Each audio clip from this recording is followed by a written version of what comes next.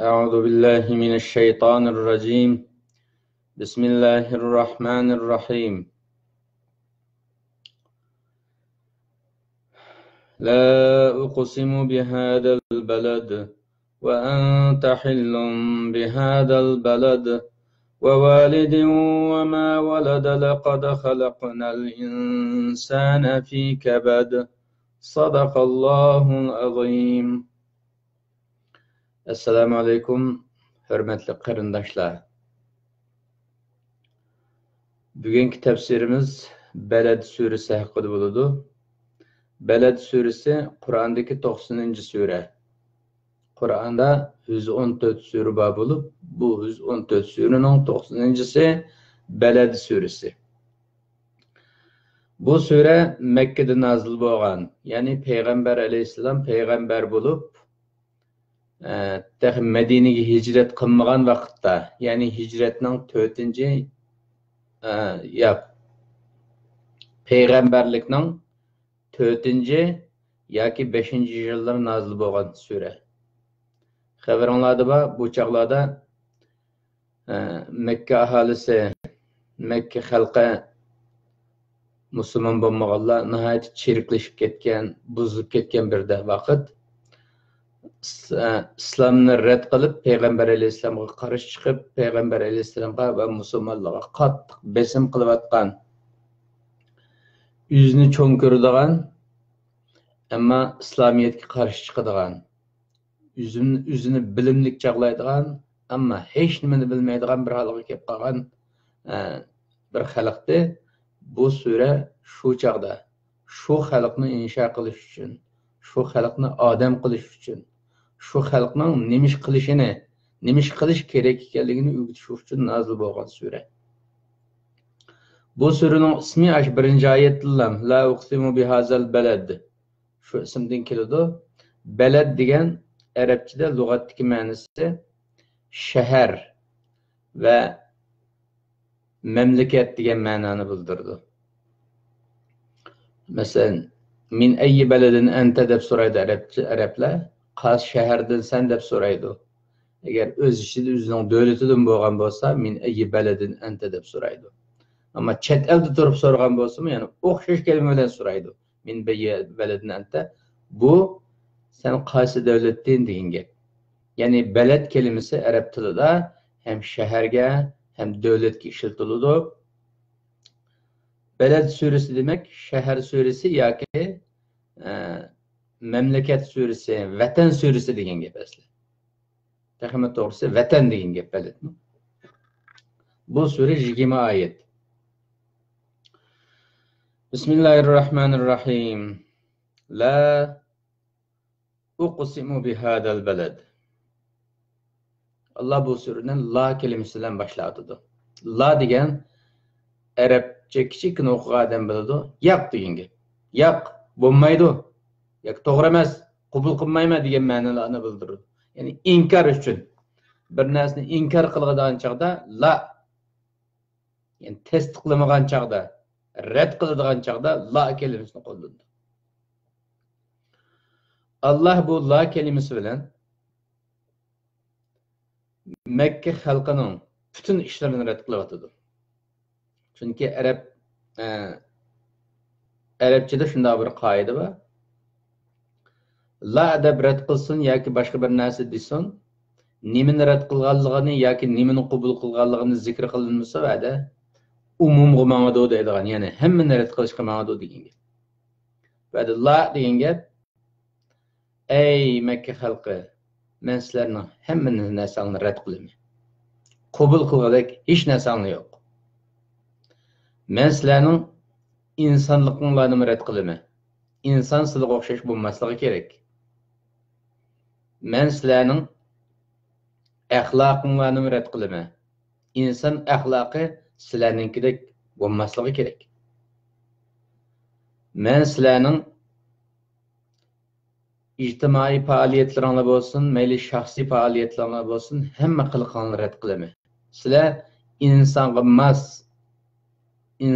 mas keladigan qiliq qilmayapsizlar. Men sizlarninki Hakimiyetinglarni rad qilaman. Men sizlarningki xilofatinglarni rad qilaman. Chunki men insonni yaratgan chaqda sizlarga o'xshash yashasin. Sizlarga o'xshash ömrni shundoq behuda o'tkazsin. Sizlarga o'xshash shundoq foydasi yo'q ishning keyniga kirib, ömrini barbod qilsin deb yaratmagan. Ey qullarim, sizlarning bu qilmishinglar o'zinglarga yarashmadi. İnsan degan unvonga yarashmadi. Shuning uchun men sizlarning hamma narsanglarni rad qilaman. Chunki sizlar vazifanglarni qilmadinglar. Chunki sizlar qilishga tegishlik ishlaringlarni qilmadinglar. Chunki sizlar muhim bo'lgan ishlarni qilmadinglar. Muhim bo'lmagan nadi chuprindi ishlarning orqasidan, xato ishlarning orqasidan yugurib yuryapsizlar. Bek muhim bo'lgan o'zinglarga, vataninglarga, xalqinglarga, insoniyatga, sizlarning insonlik salohiyatinglarga yarasha ish qilmadinglar. Shuning uchun bu qilayotgan ishlaringlarni hammasini rad qilaman deydi. Buni rad qilaman degandan keyin insonlar la kelimasini anglagandan keyin, ya bo'lmadi degan kalimani anglagandan keyin kallaga nima keladi? Unda nima bo'ladi? Allohning qabul qiladigan narsasi nima? Qilishga tegishli vazifamiz nima? Biz inson sifatida bu dunyoga kelgandan keyin o'sha 50-60 yillik ömrimizni bir ahamiyatli bir ishga ishlatayli deb o'ylasak, insondek yashayli, insoniy axloq bilan yashayli deb o'ylasak, nima ish qilish kerak degan savol keladi-ku insonning kallasiga.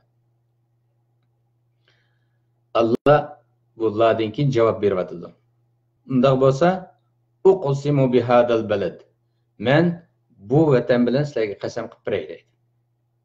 Uqsimu deydi, qasam qilaman. Allah Qur'onda jiq yerda jiq narsalar bilan qasam qiladi. Qasam qilganda biz insonlar uchun Allohning nomidan boshqa narsalar bilan qasam qilish bizga harom. Biz insonlarga faqat Alloh bilan nomi bilan qasam qilamiz. Qasam qilishga tegishli bo'lib qolsa. Mahkamalarda yoki insonlarning oldida bek muhim narsani deyish uchun, xalqlarni ishontirish uchun qasam qilishga tegishli bo'lib qolsa, Allohning nomi bilan qasam qilamiz. Bunun yo'llari bor, vallahi, billahi, tallahi kelimeleri bilan qasam qilamiz. Allohning ismidan boshqa ism bilan qasam qilishga bo'lmaydi. Ammo Alloh qasam qilgan chaqda Allohdan buyuk hech kim bo'lmag'achqa, Alloh hammadan buyuk bo'lg'achqa, Alloh hammadan kuchli bo'lg'achqa, Alloh ba'zi vaqtda o'z nomi bilan qasam qiladi. Ammo Qur'onda ko'pincha yerda o'zi yaratgan mahluqotning ichidan biz uchun eng muhim bo'lgan narsalarga qasam qiladi. Ey qullarim, men qasam qilib deb berayotgan narsa sizlar uchun bek muhim. Men qasam qilayotgan narsalarni chang tutinglar, uyguninglar, hayotingizga tatbiqlanglar deyish uchun koinotdagi mavjudotdagi narsalarning orasidan nayt muhim narsalarni tanlab turib qasam qiladi. Allah bu qasamda uqsimu bihadal balad. Ey qullarim, eng muhim bo'lgan narsalarning biri vatan. O'z mamlakat. Men bihadal balad, ma mamlakatga qasam qilyapman. Ma bu vatanga qasam qilyapman deydi. Payg'ambar alayhisolamga va Makka xalqiga sizlar bu yashayotgan Makka shahri yoki Makka degan mamlakat sizlar uchun bek muhim. Qasam qilib, ma qilayotgan ishlaringni tashlab etib, ma vatanga diqqatingni beringlar deb Alloh vatan bilan qasam qilyapti. Wa anta hillum bihadal balad. Ve yana sana qasam. Ey insan, sen o'zing muhim. Ve çünkü sen hillum bihadal balad. Bu şehirning vatandoshisan. muş şäherge sen vatandaş bolgaçka vatandaşlygyň muhim, sen muhim. Sen diqqatyňy kıldygan işleriňi sen muş şäherde vatandaş bolgaçka şunyňga garda iş kılışyk tireş. Bir şäherniň vatandaşy bolaş bek muhim. Bu şäher, bu Mekke senin vatanyň. Bu senin şäheriň. Bu senin mülkün. Bununda hillunga vatandaş dep tercüme kıldım. Çünkü biz mahalle deymiz go. Ma mening mahallem, aw sening mahallang. Mahalle degenmi şu hil yıltızdan çıkıdı. Halle yahullu. Bir yerden bir yerge kelip şu yerda oltıraqlaşıp vatan tutqanning atini halle yahullu deydi. Şoning uchun mahal degen şu hulul yeri, yani bir insanning şu yerga kelip oltıraqlaşıp vatan tutqan yeri degen gap mahalle degen. Şu mahalle yıldızdan çıkkaçka ve ente hillun bihadal beled. Ey insan, sen bu şehirge vatandaş, mişani vatan kılıp ottadın, bununla dikkat kıl. Ma bek muhim ma vatan meselesi. Ma senin ma vatandaşlık meselen bek muhim, manınla dikkat kıl. Diye mananını bildirdi. Yana bir manisi hillunun halal manisidir. Halal. Yani bunu Kur'an'da deydi. وَتَعَامُ الَّذ۪ينَ اُوتُوا الْكِتَابَ حِلُّ لَكُمْ وَتَعَامُكُمْ حِلُّ لَهُمْ. Ehli kitabның tamakları sizlerge halal, sizlerning tamaklarını ularga halal. Yani ehli kitabның tamaklarını sizler yisanlı buludu, sizlerning tamaklarını yisi buludu degen ayette halal degen kelimeni hillun kelimesi bilen ifadeledik. Yani müşahede çıkan ve ente hillun kelimesi bilen وَتَعَامُ الَّذ۪ينَ اُوتُوا الْكِتَابَ حِلُّ لَكُمْ hillun okşaş kelime. Vedenim deyimiz halal. Taam halal olsa taamını ne mi kılımız? Yeyimiz. İşte mi? Taam biz üçün halal olgandikin, biz onu yeyimiz, biz onu kollanımız. Kollanışka hukukumuz var degen gep. Endi miyada vatan sana halal demagdydy, sen vatanga halalsan. Bunda degen gep nima? Kulum, seni yep bitirdigan narsalar qalaymiqan narsa bo'lmasin. Agar seni yeyishga to'g'ri kelib qolsa, sening vataning yesin, sen vataningga halal, jiningni, hayotingni mushu o'zing yashayotgan vataningga, millatingga ata. Sen ma vatanga halalsan.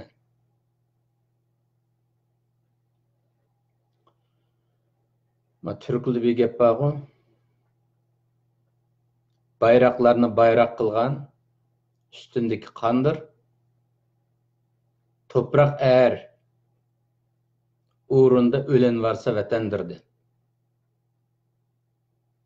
Eğer bir toprak onun üçün ölep can pida kılıp qoğdaydıgan insan bolmasa vatan bulanmaydı degen gap. Bu sürdümü Allah, bu seher sen bu şehirge halalsan. Yani sen bu şehrini canını tikip qoğdusan buludu. Üzerine bu şehir üçün, bu vatan üçün, bu memleket üçün üzerine xeylisan buludu. Bu bek muhim. Nim için Allah bunu deydi? Çünkü bu ayet nazil bulavatkan çağda o Mekke halkı bağı, şu etraftaki bütün Arap milleti intayin buzulup gitiklik. Kiçikkina mal dünya üçün insan öldürdigan, kiçikkina menfaatinde birisi birisini satıdigan iş bek eğir. Xaillik bek eğir. Birisi birisiga işenmeydigan ahval bek eğir. Hatta nanni deb özünün kızları tug'ilsa, bu cho'ng'ilab ketsa, beqish ta'sirli deb hayot tug'izib o'ltiradigan haq deya bu o'zining qizini. O'g'illarni o'ltirib etkisi var, ammo u urush qilganda bek urush o zamanda urushchi qo'ygan ekan, insonning axloqi buzilib ketgan chog'da urushga qulab qoladi-chu. Axloqsiz jamiyatda urush ko'p bo'ladi. Chunki hech kim axloqqa rioya qilmagandan keyin, qoida qurollarga rioya qilmagandan keyin urush ko'p bo'lib ketadi. İnsanlar ahlaklaşıp ketkeçke hem yerde uruşuvattı. Uğal ballarını uruşku lazım buludu da öttemeydi. Bizning qabilening erkekke bu. Bu keyin bizga lazım buludu. Urush qilalaydigan bala bir ish kerak keladi deb urushga qo'llanish uchun erkishini o'ttameydi. Ammo qiz balani bir ishga kerak kelmaydi de. O'zining balasi, o'zining qizi apirib tirik kun bitdigan gap. Normalda hozirgi jahiliyat davrida bir insonni o'ldirmoqchi bo'lsa, qijilinib ketmasin deb yo hukurup yo beshovish qanday qilib asa o'ltiramiz deb ashuna qiladi hozirgi jamiyatda. U vaqtdagi zamonda o'ltirib papirib kunbasiga olib gap. Ummu vahşilik de. Ma apırıp tirik kömüdüğün iş üzünün kızını. Ey kız va insanlar qarab bakınlar. Bir kız balını aşında çıraylık umaq, şunda tatlık ballarını bir insanın kalbi qandaq apırıp onu üzünün kızını tirik kömgüz keledi. Nima uchun kömüttü bunu? Çoğusu nay yeydi bu de. Men bunu bakanmayım de. Şunun için Allah وَلَا تَقْتُلُوا أَوْلَادَكُمْ مِنْ إِمْلَاقٍ İmlaq, açlıqdan qo'rqib o'zingning avlodlarini o'ltirmanglar deydigan nurg'un oyat nozil qilib Qur'onda. Mushundaq buzib ketgan xalqdi. Allah deydi ki ey xalq, ey insonlar, ey qullarim, sizlar qalaymiqan undaq arzimas ishlarning keyindan bolalaringlarni o'ltirib o'zinglarning umrini undaq churitib tugatmay. Ma muhim bo'layotgan ish jonni berishga to'g'ri kelsa, vatanni vatan qilinglar. Peygamber aleyhisselam zade o'zining vatandoshligini bilgachga, Makka vatandosh ekanligini bilgachga, Makkadan hijrat qilib qo'g'langan chaqda, hijratga majbur qilingan chaqda nima dedi? Makkaning chegarasiga berib turib, Makkaga qarab turib, ko'zidan taram yosh to'kilib turib, ey Makka, men seni beklam suyman. Agar majbur qilmagan bo'lsaydim, agar qo'g'lab chiqarilmagan bo'lsam, men seni hargiz tark etmaydim. Hargiz bir joyga ketkim yo'qdi, ey Makka. Seni men bek suyman deb suydiganligini izhor qilib, ko'zini taramlab yosh chiqib turib Makkani tark qilgan qarindoshlar. Chunki vatan degan tuproq. Nimasi muhim bu tuproqni? Naq tecrübe bizning başımızda var. Vatani yo'q, tuprog'i yo'q adam bizga o'xshash sarson, bizga o'xshash xor bo'ladi. Vatani yo'q inson musulmoncha yashayolmaydi, mu'mincha yashayolmaydi. Mu'min musulmonlikni qo'yaylik, insoncha yashayolmaydi, insoncha. Men inson deyolmaydi. Hayvonlarga qilinmagan muomalalarga ma'ruz qoladi inson. Shuning uchun bu vatan insoniyatning izzatini qo'g'daydigan, şan şerefini qo'g'daydigan bir sebep bo'lg'achqa, Allah bu sebepni biz uchun bek muhim qullarim. Sizlar tug'ilgan yer va tug'ilib o'sab qadrini bilmaganinglar bilan shahar, al-balad bu vatan bek muhim. Uning ustiga sizlar shu yerda yashayapsizlar degan gap. Va anta hillum bihadal balad. Yana birisiga bazı tefsirler sen bu şehirde sana urush qilish halal deb tarjima qilibdi. Va anta hillum bihadal baladga sen bu şehirde urush qilish sening uchun halal. Nima uchun? U vataning bo'lganligi uchun. Nima uchun boshqaga berib urush qilmaysiz, u yerga berib halal emas? Chunki u vataning bo'lmaganligi uchun urush qilolmaysiz. O'z vataningda urush qilish sana halal. Uni qo'g'dash sana farz. Ve urush qilish meşru qonunluq. Yani üzümüzge tatbiqlab baqsaq, ve Xitoyga qarshi urush qilib, Xitoyni qo'g'lab chiqarish tamamen sening haqqing. Bu meşru Sharqiy Turkistonda urush qilish haqqing bor. Sen boshqa ishning keyniga kirmay, ey qulim, Muhammad alayhisalomning vatani qanday Makka bo'lgan bo'lsa, bizning vatanimiz bor. Bizning Makkamiz shu Sharqiy Turkiston. Ve de bihadal beled degenin sebebi neymi? Bihadal beled. Hada degen yakınga keladi. Biz Qur'onni xalqarалық deymiz hamda bütün insoniyatga nozil bo'lgan deymiz. Dinimiznimi international, ya'ni bütün insoniyatga kelgan bir din deymiz. Unda bo'lgandan keyin Muhammad alayhisalomni bizning o'rnigimiz deymiz. Unda bo'lganda Muhammad alayhisalomga "Mavi shahar sening vataning" degan bo'lsa Alloh, Muhammad alayhisalomdan o'rnak oladigan bo'lsa, hada yaqingo Muhammad alayhisalomning yaqindagi shahar uning vatani bo'lgan bo'lsa, bizning yaqinimiz, bizga eng yaqin bo'lgan shahar nima? O'zimiz tug'ilgan shaharlar. Nerede tug'ilgan bo'lsak, shu shaharlar bizning vatanimiz, shu mamlakat bizning vatanimiz. U sening vataning, uvani qo'g'dash, uvada urush qilish sana halol degan. Endi ba'zilar chiqishi mumkin. Bu oyat Mekke'da nazil bo'lgan, Mekke uchun deyilgan. Hazal balad degan Mekke degan tursa, sen nima Sharqiy Turkistonga ketsa deyishim mumkin. O zaman so'rab baqayli. Payg'ambar alayhissalom Mekke'ni azod qilish uchun jihad qilgan. O zaman biz hozir Mekke'ni azod qilish uchun jihad qilamizmi? Payg'ambar alayhissalom Mekke'ni azod qilish uchun jihad qilgan, chunki Mekke Payg'ambar alayhissalomning ana vatani edi. Uvadan Payg'ambar alayhissalom qo'g'lab chiqarilgan. Ana vatanni qo'g'dash Allohning buyrug'i bo'lg'achqa Payg'ambar alayhissalom qaytib kelib, askar to'plab kelib Mekkeni azod qilgan. Biz o'rnak oladigan bo'lgandan keyin Payg'ambar alayhissalomni biz ham da azodlab bo'lgan musulmonlar yashayotgan Mekkeni qaytadan azod qilish vazifamiz bo'lmaganga qaraganda, azod bo'lmagan besevelingan yerlarni, besevelingan Sharqiy Turkistonni azod qilish ustimizga farz bo'ladi. Va validi va ma valad, yana qasam qilaman ey qulim, eng bek muhim bo'lgan taraf yana valid va valad deydi. Valid degan ota-ona, valad ota-onaning tuqqan bolasi, ya'ni millat. Valid tuqquvchi degan gap. Bola tuqqan kishini tuqquvchi, valid. Shuning uchun ota-ona degan gapni arabchada validayn. Validayn ikki tuqquvchi degan gap.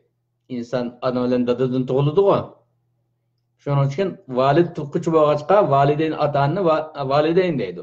Bu yerdagi valid tuqquvchi bir sifat. Ya'ni ota-ona degan gap. Va ma valad bu bola degan gap. Va ma valad degan u ota-onaning tuqqan narsasi. Ota-ona nima tug'di? Bola tug'di. Shundaymi? Va de qiz, o'g'il hammasi ichiga kirib ketadi. Yani bu vatanda yaşayan valid bilen veled, ana bilen bala, yani bütün millet, o muhim sen için. Vatan qanday muhim bo'lgan bo'lsa, bu yerda yaşayotgan ata-ona ve bala chaqali hammasi shunday muhim. Sen ömrüngni tugutishga to'g'ri kelib qolsa, shu millating, shu xalqing uchun tugat. Valid va mal.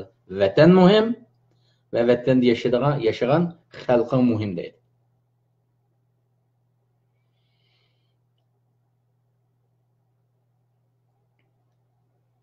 لَقَدْ خَلَقْنَا الْاِنْسَانَ فِي كَبَدٍ.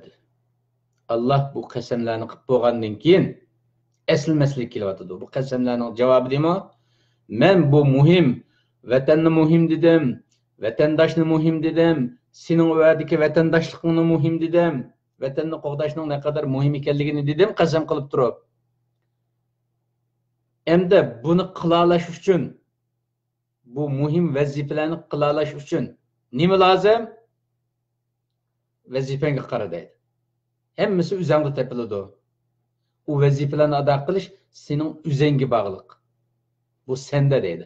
Alloh deydi-ki, biz insonni kabadda yaratdik.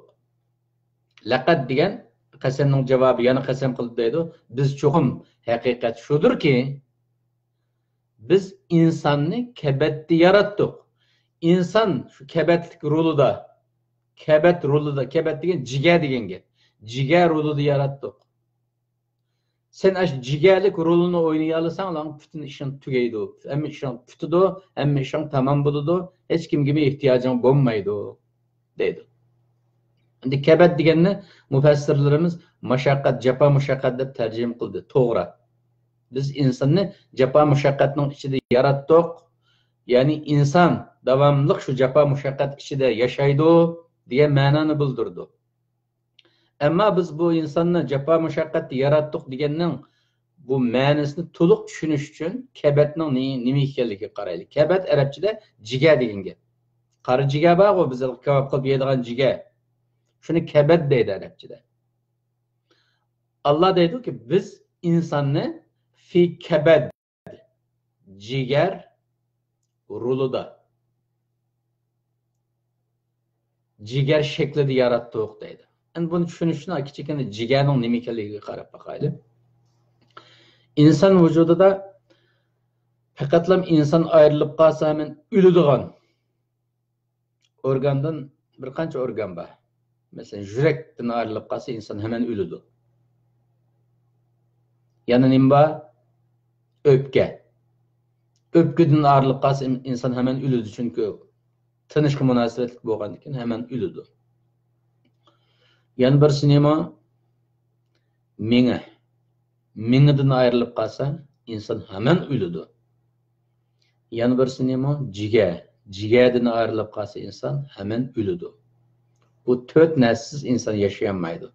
Ama bu dört narsadan başka narsalar bilan yani yaşayalı buludu ya ki bir mezgil yaşayalı buludu. Mesela börekni muhim deymiz. İnsanın börek olmasa maşina taqab qo'yish orqali yani yaşayalı buludu. Ko'zi olmasa yaşayalaydı insanın, qo'li olmasa yaşayalaydı, burni olmasa yaşayalaydı. Ama ma dört narsa olmasa yaşayamaydı. Hem de kalp Allah'ınki takdirinin rolu da o. Allah şunda takdir bilen yaratgan bir narsa, o insanın kolu demez. Kalp gup kan pompulaydı. Bizning qulimiz demez, Allah'ın takdir bilen bulunduğun iş. Allah insanı kalpke okşatmadıdı. Muqallibel qulub Allah o kalbning ishini Allah qildigan bo'lg'achqa, o vazifani qalbning vazifasini Allah qilib berdi bizga. Menga o ummu Allah bergan bir narsa inson u mingning rolini bir ish qilolmaydi. Ummu Allohning qadri bo'yicha bo'ladi. Öpküm shundoq, nafasni Allah berdigan bo'lgandan keyin inson u rolni üstlenmaydi. Birlam jiganing rolini inson qila oladi. Jiganing rolini nima edi? Jiga, qara jiga degan jigarimiz bizning tamoq yeymiz-ku. Jiga mana mishada. Shu o'ng tarafda shu yurakninki yurak sol tarafga keladi, ama o'ng tarafida yurakdan sal pastroqlam yerda jiga bor. Nim bo'ladi desa tamoqni yeymiz, tamoq keladi hemen tamoqlarning hammasini qabul qilib vadan oshqozondan elib tamoqlardan kelgan zaharlarning hammasini qaytaradi.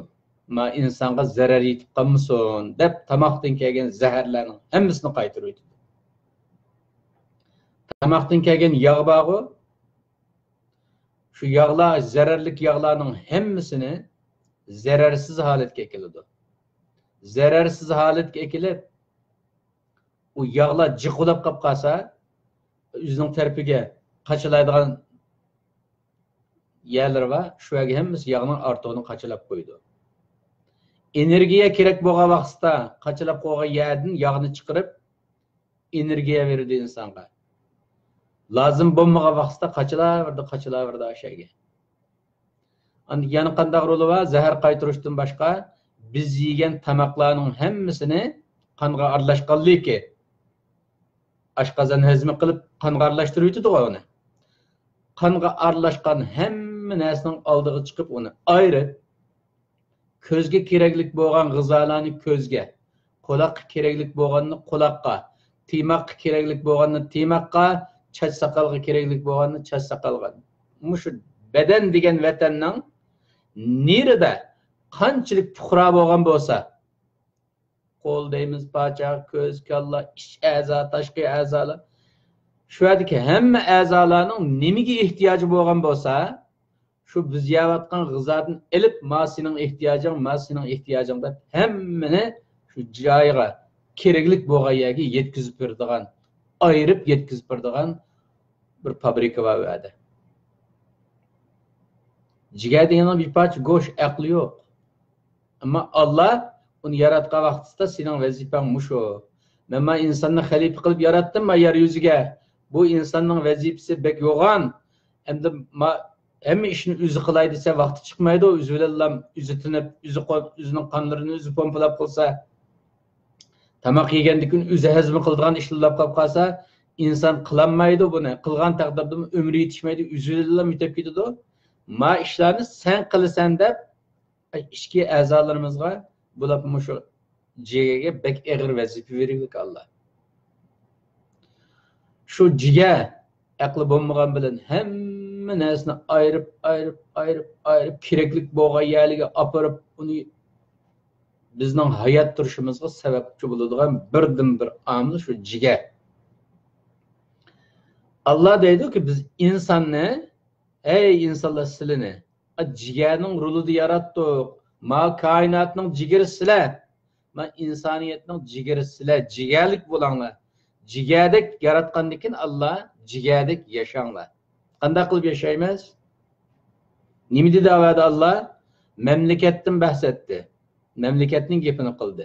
Vatandoshlikdan, millatning va'da yashagan xalqdan bahs etdi-ku. Vataningizga ehtiyojlik bo'lgan narsani siz topsiz. Siz yo'llaysiz. Millatning ehtiyoji bo'lgan narsani siz topsiz, siz yo'llaysiz. Va'diki ota-ona bola chaqalning nimaga ehtiyoji bo'lgan bo'lsa, shuni millatga qaraydigan, vatanga qaraydigan vazifaning hammasi sizning qo'lingizda. Nima kam bo'lsa, kamirni ta'minlaysiz. Ortiqlab qolib qolsa millatda bir narsa, ortiq yerni olib joyga depolaysiz. Jigarning roli qanday bo'lgan bo'lsa, badanni isloh qilishda, badanning to'g'ri tuzgun ishlashida, ey insonlar, ma koinotning to'g'ri tuzgun ishlashida sizlarning rolinglar jigarning roliga o'xshaydi.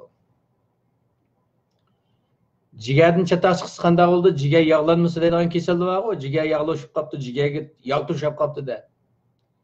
Yog' to'shab qolsa qanday bo'ladi? Jigar ishlamaydi. Ishlamagandikan sen ayonga mangsa, sen ayonga mangsa deydigan u ayrishni qilolmagandikan, qanday qiladi? Zaharlarni qaytarolmagandikan, keraklik yog'larni, keraksiz yog'larni keraklik qilolmagandikan, ularniki badanga to'plashib, va'da zaharlanma, u a'zo ishlamaydigan, bu a'zo ishlamaydigan bo'lib, oxirisi inson kasal bo'lib, vayron bo'lib ketadi. İnsaniyet kerekten çıkıp gidip qolib qolsa, o'zining vazifasini qilmasa, ey Makka ahli hozirqidek Allohga ibodat qilmay butga cho'qinib jursanglar, Allohga ibodat qilmay kuchga cho'qinib jursanglar, bir kaniyinglarni deb, nonni deb, pulni deb bir-biringlarni o'ldirib jursanglar, bir-biringlarni setib jursanglar, üzerinin evladığı iyi çıkmayı üzerine öldürüp jursanglar, bu insaniyetlik yaraşmaydı o. Jigarlik vazifasini qilolmagan bo'lsa, jigarlik inson hisoblanmagan bo'lsa. Bu holinglarni tugutish uchun bu ishlarga diqqat qilinglar da'vatida Alloh.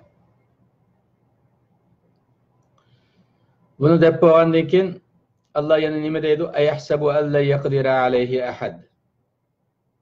Bu insan, bu yomon yo'lda menib ketgan insonlar, vazifasini qilmagan insonlar. Onunga hech kimning kuchi yetmaydi deb o'ylayapman hozir. Bu insonni men yaratdim, jannatni yaratdim, imtihon uchun bu dunyoga yaratdim. Hamma noz-ne'matni, keraklik bo'lgan hamma narsani berdim. Irodasini qo'llanib ish qiladigan ish. Hech narsa kam emas. Ama hazır dünyaya kelib imtihan meydaniga kirib olgandan keyin Allohga ishonmay, xuddi hech kim uni ko'rmayotgandek, hech kim unga kuchi yetmayotgandek o'ylayotgandi. Unda qilsa bo'lmaydi, unda qilsa bu inson bo'lolmaydi, unda qilsa vazifasini qilolmagan bo'ladi deydi. Masalan, bir davlat bir askarni bir yerga evatsa, nurg'un mablag' bilan pulini ihtiyacın olursa mana pul, qurol yaroq lazım bo'lgan bo'lsa, mana qurol yaroq, mana bu pasport, Mana sana hukuk da bütün kerakli narsalarning hammasini berib, nurg'un mablag' bilan bir yak vazifaga versa. O askar, o bag'ayada, o pulga qarab baqib hammani olib yalaydigan, ichalaydigan, hamma narsa qildi bo'lgandan keyin o'zi podsho hisoblab qilib, men mishadilam, o'sha imkonlarimni qo'llanib podsho bo'la oladi ekanman, o'z oldimga ish qilay bu yerda. Podshoning gapini tingshimay desa, uni evatgan podsho uni kuch yetadi, yetmamdi, cho'qim yetadi. U podshoning amri bilan borgan askarga podshoning kuchi yana cho'qim yetadi, jazolash kuchi yetadi. Şunun o'xshagan ey insonlar, dunyoga kelib olib yo'g'onlik qilmanglar. Yana dunyo tugagandan keyin mening oldimga kelasizlar, jazosini bek og'ir tortib ketasizlar.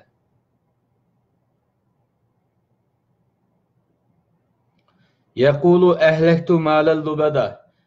Taxi bu tatqiqsiz insonlar shundoq deydi.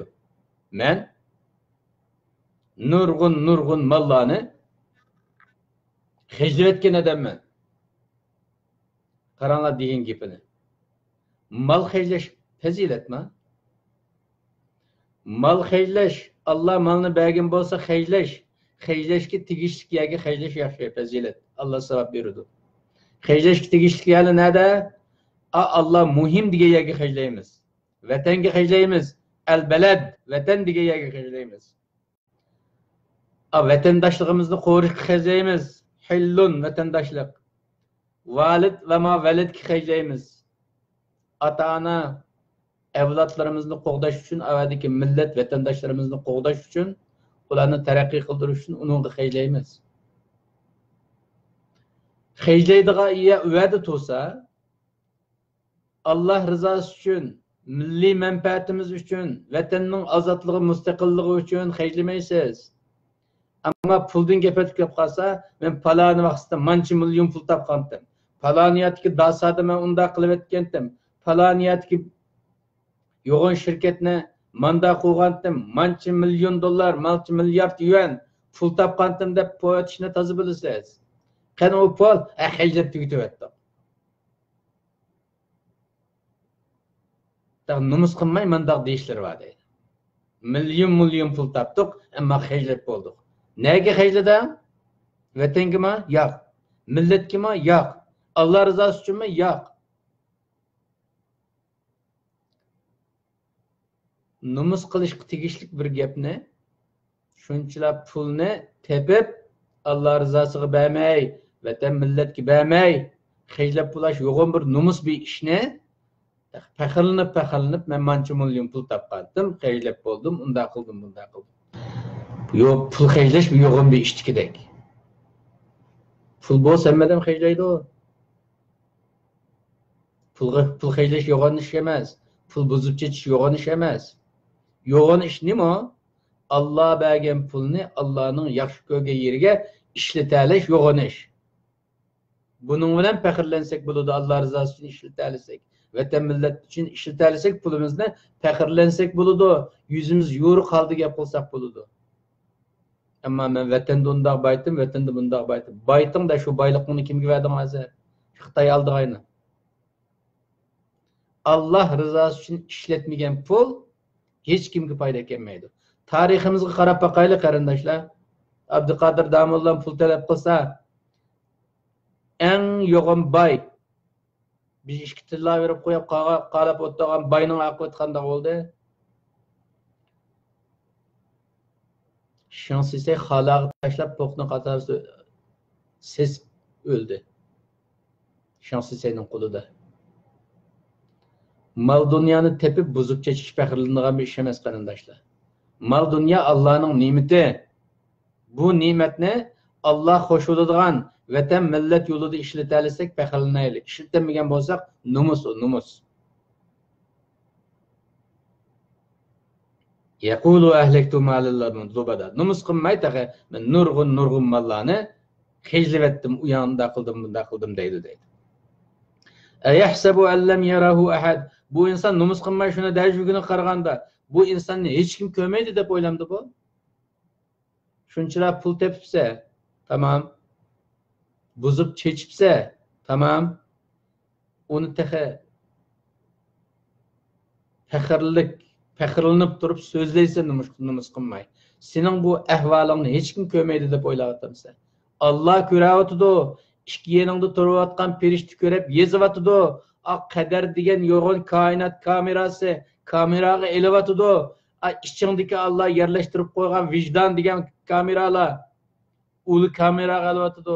Axirsi Allohning dargohiga borgan vaqtida hammasi o'ttirib chiqadi. G'ing-ping qilolmaysiz xudim. Hech kim ko'rmadi deb o'ylayapsiz deydi.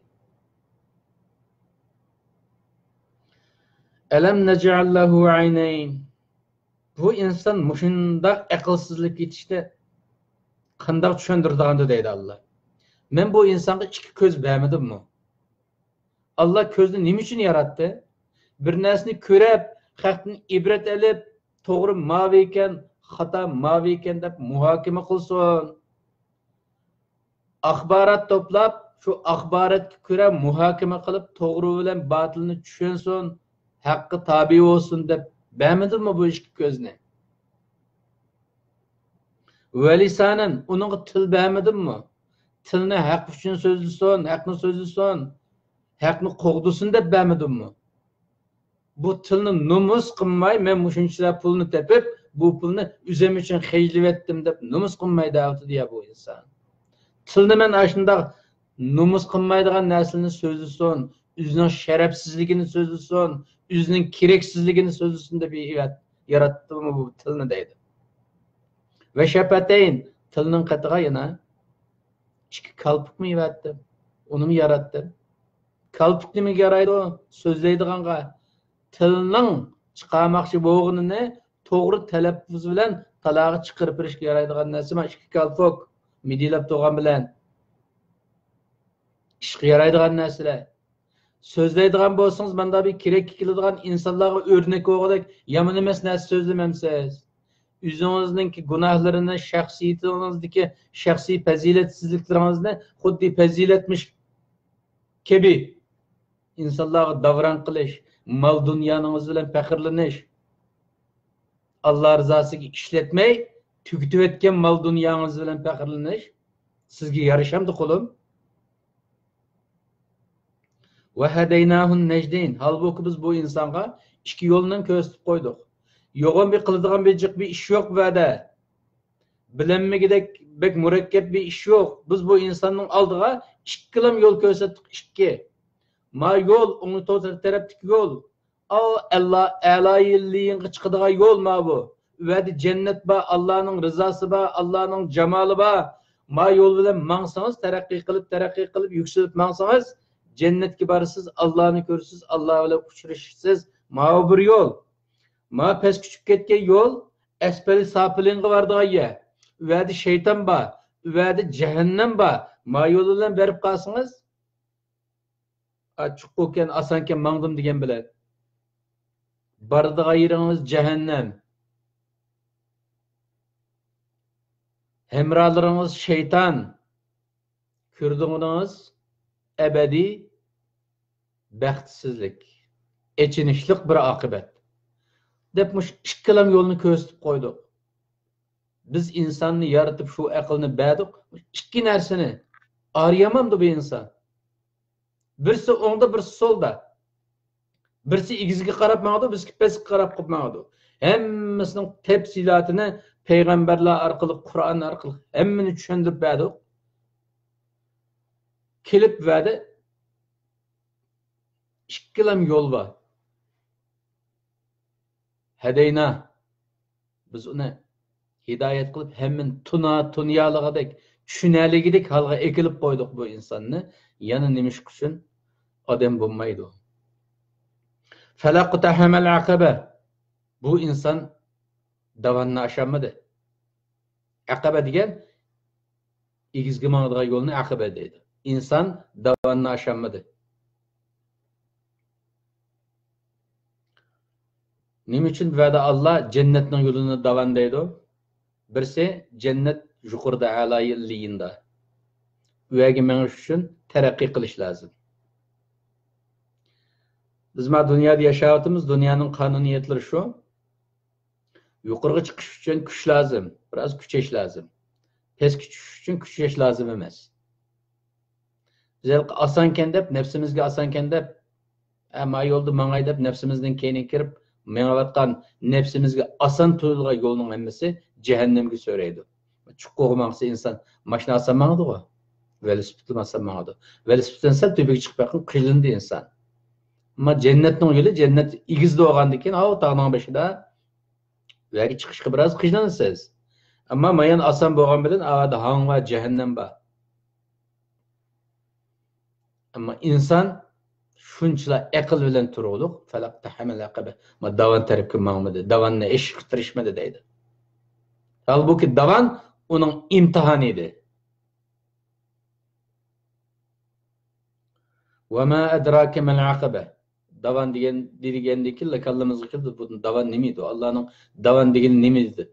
Senin davan ikelligini, davanın nemi ikelligini sana nem bildiydi dep bereyim mi kulum? Davan şu deydi. Ala yelliğin kapırdıgan, cennet kapırdıgan davan şu. Fakku rakabe. Gädenni azat kılış. Nimeden? Kulluktan. Davanni eşişinin birinci yolu azatlık. Kulluktan azat kılış. Xitay asaratıdan azat kılış. Rakabe degen bizde gädimni manç pul qazim bar deymiz go, qazi adamga. Şu gäden degen gep şu. Jükni ma gädende toşuydigan deken, jük toşuydigan ya bu. Şoň üçin fakku rakabe degen gep, gäden azat kılış degen gep, bedeningizni, ruhingizni, maneviyatıngizni, o Allah degen vetininizni, Allah bek muhimte degen millatingizni, halqingizni azat kılış şu davandan eş şuttu deydi. Evet muhim dedi ya. Endi bu yerda aş-alayı illiyin çıkıp cennetke kirişinin yolu fakku rakabe azatlık.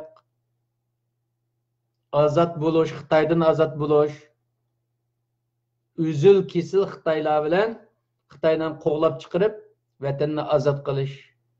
Milletni azat kılış, azat yaşaş. Erkin yaşaş. Bu deydi. Fakku rakabe bu.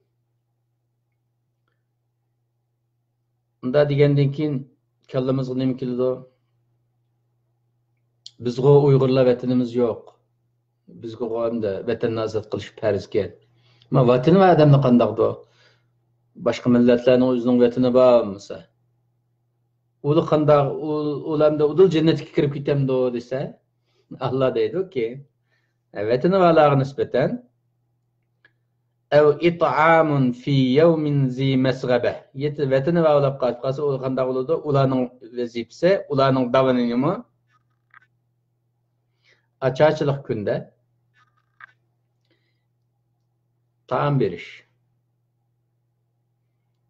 Halkının paravallıqını qo'lga keltirish. Devletni taraqqiy qildirib, xalqni boy qilish. Aç qolganlarning qo'sqini to'yg'izish. Yetimen za maqrabah kimga? O'zininki yaqin tuqqanlardan chiqqan yetimlarga. Vatan qoldi, vatanni azat qildi o'qamdi deb lam yetib yatsa yana boshqa ish qilmay, yana jannatga bog'lanmaydi. Birinchi pallampiyi azatlik bo'lgan bo'lsa, ikkinchi pallampiyi açarçılık kunlarda, insonlarning ehtiyoji bo'lgan kunlarda insonlarga tamoq berish, yemek verish, ichadigan narsa berish, insonlarning ehtiyojidan chiqish. U azat bo'lgan davlatni taraqqiy qildirib, milliy paravallikni yükseltish buning ikkinchi qadami.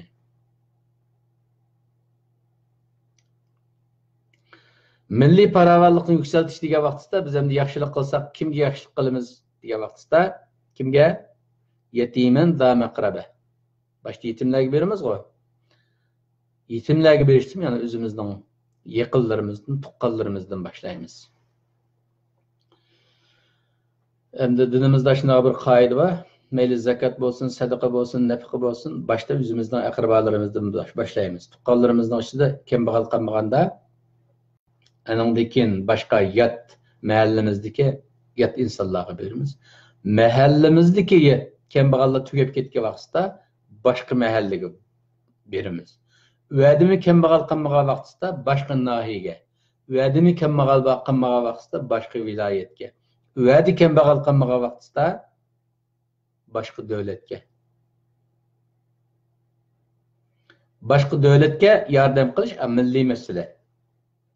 Oldi bilan millatni mustaqil qilib, davlatni qurib bo'lgandan keyin, andan keyin boshqa millatlarga yordam qilish u chaqda vazifa bo'lib tushadi. Balog'at yetmagan bolaga gunoh yozilmagandek, davlati yo'q, millati munqiz bo'layotgan millatlarningki birinchi vazifasi o'zaro o'ziga yordam qilish, o'ziga yordam qilib qo'p bilish, o'zining ishini tap qilgudek bo'lib olish. Ondan keyin vatan millatni ozod qilish o birinchi vazifa. U tugagandan keyin ondan keyin boshqa millatlarga yordam qilish kerak. Endi davlat va odamlar-chi? Mesela hozir davlat va odamlar, uning davlati bo'lgandan keyin Uyg'urlarga yordam qilish ularning vazifasi.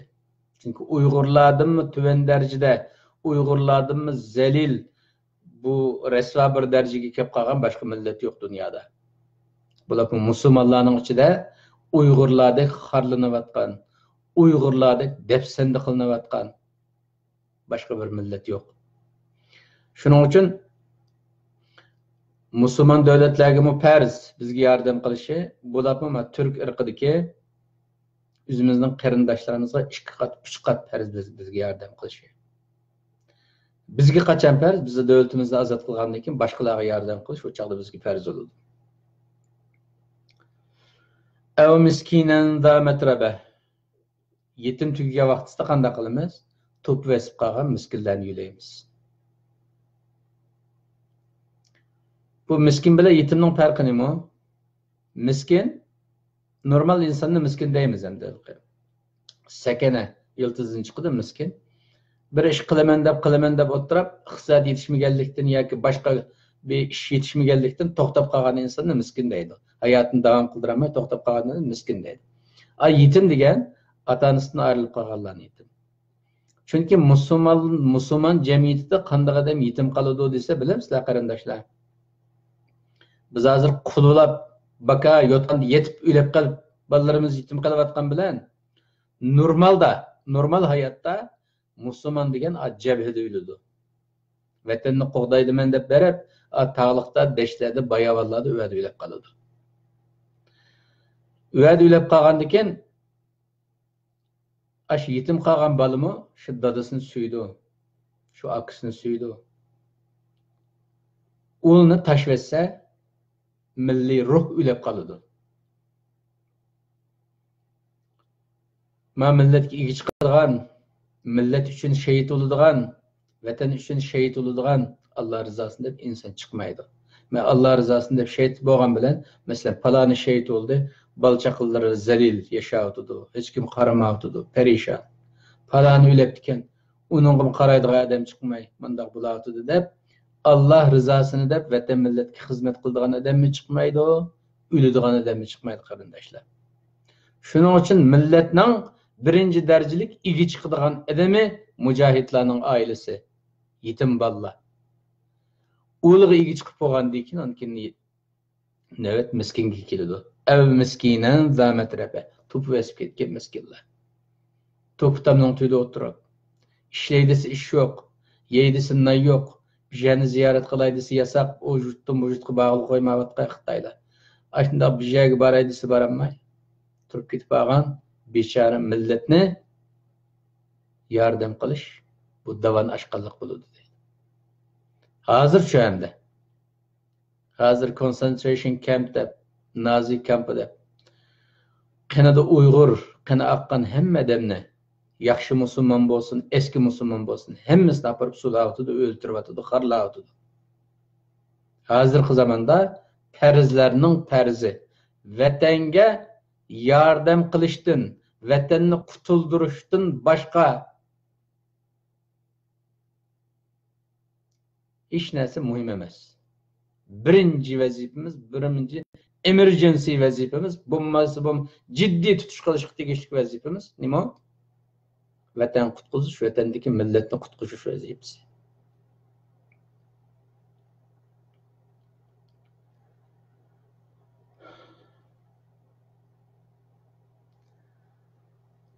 ثم كان من الذين آمنوا وتواصوا بالصبر وتواصوا بالمرحمة. Bu yerde bir sümme var. Et harflerden. Mümkün kana var. Pil.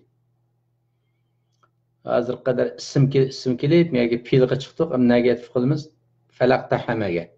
Unda bu vaqtda nima deganda Allah davandan aşama dedi o. Davandan aşama dedi.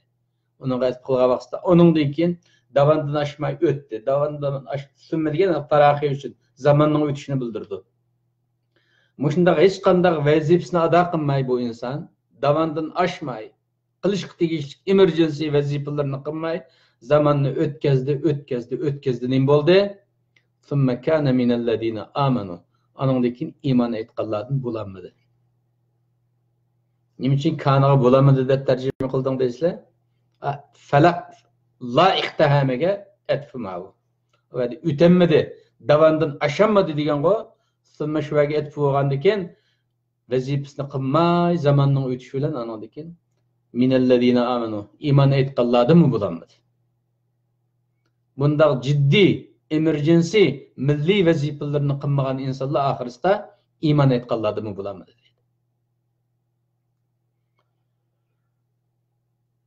Nima uchun degan vaqtda bu iymon bilan nima aloqa?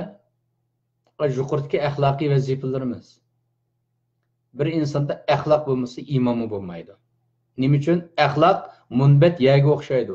Munbat yaga vaz nasihat teralsa o chaqda iymon degan gul unib chiqadi. Munbat ya yaxshi bo'lmasa iymon unmaydi. Shuning uchun axloq munbat yaga o'xshaydi. Axloqliq insondan iymon degan gul unib chiqadi. İnsan ahlaksızlaşıp geçse iman ölmeydi. Allah nime deydi? Vel beledu tayyibu yahrucu nabatuhu bi idni rabbi. Beled. Vel beledu tayyib. Güzel vatenden yahrucu nabatuhu bi idni rabbi. Allah'ın izni bilen güzel güller önüp çıkıdı deydi. Güzel vatenden güzel güller önüp çıkıdı. Vellezî khabuta la yahrucu illa nekida. Güzel bulmagan, zey vatenden çoğu zeylep qalgan, kolisi açık su çıqadigan, bijimi terse qurutib qo'yib, bijimasi ündümaydigan zey, qaqas vatenden çoğu hech nima chiqmaydi deydi, quruqlab. Shuning uchun insonda axloq bo'lsa, iymon guli unib chiqadi. Axloqsiz yerga iymon unmaydi. Ay yuqorqi vazifalarning nimitda azatlık, vatanning mustaqilligi, yo vatan uchun, millat uchun xizmat qilishning hammasi nimitda? Axloqiy vazifalarimizda. Tamam? Axloqiy vazifalarimiz, insonlik vazifalarimiz, vijdoniy vazifalarimizda. Uni qilmagandan keyin nima bo'ldi? Demakki axloq yo'q degan gap va iymon bo'lmaydi. Summa kana minallazina amanu iymon aytganlardan bo'lanmadi bu inson. Musulmon bo'lanmadi oxirida deydi. Ve tevasav bis sabr. Sabrigi tavsiye qilganlardan bo'lanmadi. Agar a vazifasini qilgan bo'lsa, sabrigi tavsiye qilish fursat chiqibdi, sabr qilaylik deyishni bilibdi. Sabr degan nima? Sabr degan saqiyish uchun ochiqlarni yutib, ko'zini yumib qilib turib, ochiqlarni yutib etganning ismini sabr deydi arabchada. Uyg'urchalashtirgan vaqtida sabr degan inson irodasining chidamchanligini sabr deymiz. Bir narsaga sabr qil degan gap, qarindishim, bizning g'oyamiz ulug'. Nima bizning g'oyamiz? Allohni rozi qilish. Allohning jamolini jannatda ko'rish, jannatga erishish, abadiy baxt, saodatmand bir hayotga erishish bizning g'oyamizga. Bu yuksak g'oyamizga yetish uchun hozir beshimizga kelayotgan musibat bor-ku. Bu og'ir salbiy musibat bo'ldi. Ama iradangni chidamchanligini ashur, sabr qil degan g'oyaga yetish uchun irodangning chidamchanligini ashur. Ya'ni bu musibatni deb voz kechma g'oyadan degan gap. Axloqiy vazifani qila olgan chaqda, iymoniy vazifani qilib mu'min musulmon bo'la olgan vaqtda inson nima deydi? Qarindishim, sabr qilaylik. Bu Alloh rizosi uchun qilinayotgan xizmat, bu vatanning ozotligi degan. Vatanning ozodligida oson qo'lga kelmaydi. Allohning roziliqida oson qo'lga kelmaydi. Bizning g'oyamiz yuksak bo'lgandan keyin bu qadar zulmga sabr qilishimiz lozim. Ya'ni irodamizning chidamchanligini oshirib yo'limizda davom qilishimiz lozim degan gap, sabr degan. Buni faqat mu'min musulmonlar qila oladi. Bu insonlar vatan millatga ega chiqmagandan keyin, insoniy, axloqiy, vijdoniy vazifalarni qilmagandan keyin sabr qilishga kerak kelmadi deydi. Qanday bo'ldi sabr qilmagandan keyin? Xitoy degan bek jiq, Xitoy degan bek kuchli, unda Xitoy bundoq deb o'zini qo'yib etib, irodasini sundirib va'da, ümidsizlik kuchib yotdi. Shuning uchun Xitoylar concentration camp qursimi gap qilmadi. Uyga aka Xitoylarni echirib qo'ysimi gap qilmadi. Shunchalar zulmlar qilsa, ko'zni mol qilib qurbonlik vaqtida qassobning pishig'ini saqlab turgan qo'ydek, shunday bo'lib qoladi inson. Nima uchun? Axloqiy, vijdoniy, insoniy vazifalarimizni ado qilmaganligimiz uchun mu'min bo'lolmaymiz. Mu'min bo'lolmasak, sabr qilganlarni bo'lolmaymiz. Sabr qilmagandan keyin qanday bo'ladi? Mag'lub bo'lib, ko'kdan tushib yotadigan gap. Bizning qo'limizdan ish kelmaydi, Alloh bizni ish qilib qo'ysin deb. Va tavasaw bil marhama. Marhamatga tavsiya qilganlarni bulanmadi bu insonlar. Marhamatga tavsiya. Ey qarindoshlar, vatandagi 30-40 million insonga ichimiz og'risin. Şolumuz bizning qarindishimiz, şolumuz bizga o'xshash Uyg'ur, şumuz bizning ota-onalarimiz, och-singillarimiz, aka-inilarimiz, shuladimi bizda aqqan qandek qon bor, bizda go'sht qanday go'sht bo'lgan bo'lsa, shuldimi bor, shuldimi his tuyg'u bor, shuldimi xafosi yig'laydi, xo'shvo'z kuladi bizga o'xshash insonlar. Erkin dunyodagi insonlar kichikkin bir harakat qilib qo'yayli degan gapmi kerak kelmay yotdi. Marhamatga tavsiya qilishmi kerak kelmadi deydi. Sabr darajasiga yetamadi. Eng oxirgi berib marhamat qilish, bir-biriga marhamatni tavsiya qiladiganga yetmay, jim hech bo'lmagandek o'likdek yotdi. Nimaning alomati bu? Davanni aşamaganlik, imtihondan o'tamaganlikning alomati. O'tgan bo'lsa davandan ashsa qanday bo'ladi? Minallazina amanu bo'ldi. Iymon etganlardan bo'ldi, sabrga tavsiya qilganlardan, marhamatga tavsiya qilganlardan bo'lib, o'ttirga chiqib, qarindoshlar ma'ni qilayli, hurra vatan uchun, millat uchun uni qilayli deb o'ttirga chiqqan bo'ladi. O'ttirga chiqmay shunchalar ish bo'lib kelsa, yetavatganligi imtihondan o'tamaganlikning bir delili deydi Allah. Ulaika ashabul maymana. Mana shunda qiladigan bo'lsa, iymon etganlardan bo'ladigan bo'lsa, sabr qilish darajasiga yetadigan bo'lsa, irodasining chidamchanligini oshirib, sabr qilib g'oyadan voz kechmay turadigan bo'lsa, mana bular ashabul maymana. Baxtli insonlar bo'lgan bo'ladi. Baxtli insonlar bo'lgan bo'ladi.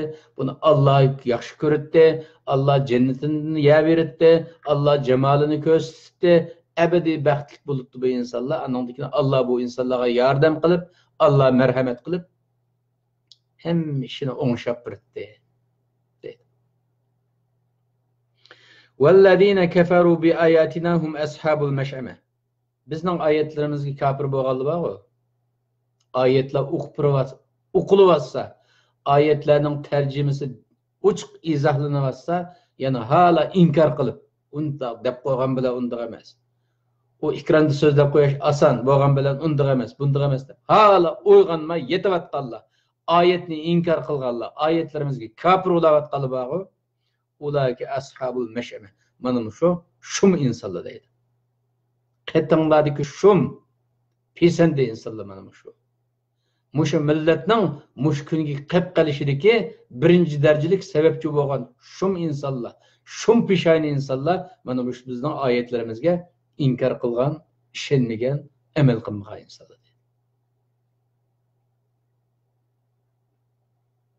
Alayhim narun muqsada.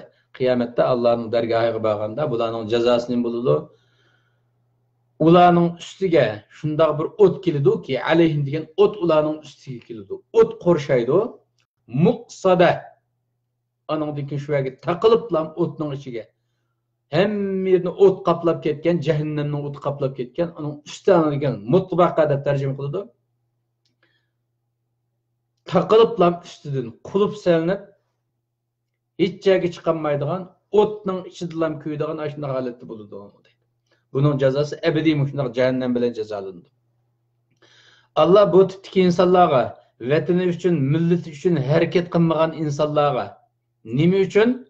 Ot bilen kaplap onun etrafını, onun üstüge yana bir cehennemni kaplap ve tuvak selip, kulp selip ve çıkamaydan kılıydı dese, dinimizde bir kural var. El ceza'u min cinsil amel. Her kandak ceza, şu kılgan işinin cinsinden buluş gerek deydi. Bu insanların dünyadaki iş şuttu. Qandaqda etrafıga şehvet otlarını düylep özü. Manda qilsam pulim ketdikan deb pulga chidamay ish qilmaganlar. Manda qilsam jenim ketdikan deb jonga chidamay ish qilmaganlar. Manda qilsam balam ketdikan deb balalarga jimto qisib yurgan, uni qilgan, buni qilgan, tuxumni tash qilib o'g'il bo'lmaydi deb teslimiyatchilikni tashviq qilgan insonlar. Dünyada aşınçılar zulüm beşere kelebetse midiylemay, ma zulümden bir büsep çıktı demey. Aş zulmet patıp muşundaq yetip tuxumның içindeki çücüdek. Hareket qılmay etrafını zulmet bilen, xorluq bilen, vicdansızlık bilen qaplap yaşap ketkeçke Allah'ım dedik, madem sen bu kadar zillet içinde, bu kadar xarlık içinde üzerine muşundaq İçigi çirvelip kopmayıp verdin çıketmeyi yetişki amrak kel bunun cezası benim şadım o. Benim şu ot etrafına çördeylik onun üstüge kulup silip etçegi çıkamaydıgan derecede kuluplap cehennemge taşlayman dep. Bu şu dünyada tuxumunun şakalını yerip çıktenmegen insanlarını zulmet şakalıdın, xorluq şakalıdın, asaret şakalıdın bir hareket kılıplam onu yerip çıktenmegen insanlar ahiretki bağa vaqtısımı cehennem atışıdın bir nersi gümbez yasap onu şunun içine selip kolları bağlı kaldı. Onu kulp selip şu cehennemge taşlaydı. Bunun cezası şu. Hareketsizlikning cezası hareket kılanmaydıgan dereceye kelip cehennemge taşlaydı. Faaliyetsizlikning cezası faaliyet kılanmaydıgan derecede bağlap cehennemge taşlaş.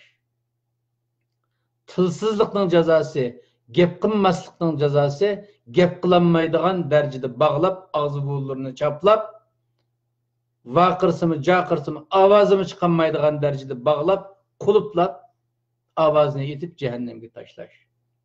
Bunda bir ağır ceza var qarindaşlar. Bu sure beletning mezmunu muşu. Uygunayla kardeşler. Allah atayını 114 sureden bir sürüge sure beled deb at verip vatan suresi deb bu vatan hakkında, millet hakkında muşundaq deylik. Muhammed Aleyhisselam'a hitap qılığılıq sen örnek, sen muş vatan hakkında muşundaq qılsan da. Biz Muhammed Aleyhisselam'ı örnek qilishimiz lazım. Muhammed Aleyhisselam Medine'ye kelgandan keyin kuş toplab berip Mekke'ni azat qilgan qarindoshlar. Biz mu vatanni azat qilmasak, oqibatimiz avazsızlıkның cezası süptide avazımız çıkmaydıgan derecede ahirette cehennemge kirip vədə veyran buluş. Şunda bir xavfi var. Allah bizni hususen Uygur milletini bu zilletten, bu xorluqdan, bu numusdan kutuldursun. Biz milletke bir insaf tövfik berip bir irğanlap, bir örkeşlep, şu gaflet şakalını yerip, çıkıp, uygunup, ne kadar zilletli yaşavatqanlığımızdan, ne kadar xorluqda yaşavatqanlığımızı düşünüp yetip, Allah rızasını da bir yo'lga chiqib Allohni rozi qilishga tirishishga, vatanimizni ozod qilib, xalqimizni ozod qilib, Xitoylarni qo'g'lab chiqarib, ozod mustaqil sharqiy Turkistonimizni jannatga aylantirib, jannatdagi insonlardek billa xushal xuram yashashga Alloh bizlarni nasib qilsin. Subhana rabbika robbil izzati amma yasifun ve selamun alel mursalin velhamdülillahi rabbil alamin.